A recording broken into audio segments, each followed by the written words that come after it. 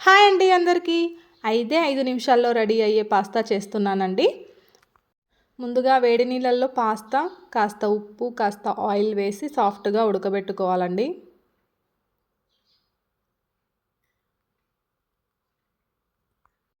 Stove పై కడాయి పెట్టి అందులో 1 table spoon oil, 1/2 table spoon జీలకర్ర, 1 సన్నగా కట్ చేసి పెట్టుకున్న ఉల్లిపాయ, అలాగే 1 పచ్చిమిర్చి వేసి బాగా కలుపుకోవాలి.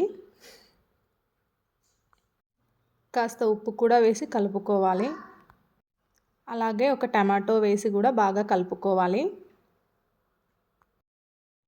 1/2 టేబుల్ స్పూన్ పసుపు, 1/2 టేబుల్ స్పూన్ కారం, 1/2 టేబుల్ స్పూన్ గరం మసాలా కూడా వేసి బాగా కలుపుకోవాలి.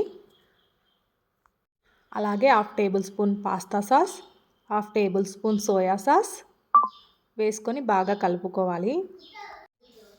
అలాగే పాస్తా కూడా వేసి బాగా అంతా కలిసేలాగా కలుపుకోవాలి.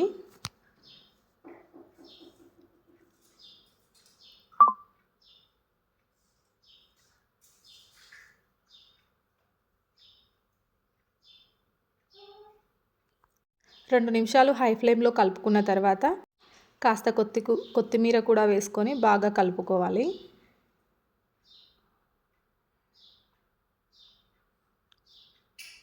సో పాస్తా అయితే రెడీ అయిందండి.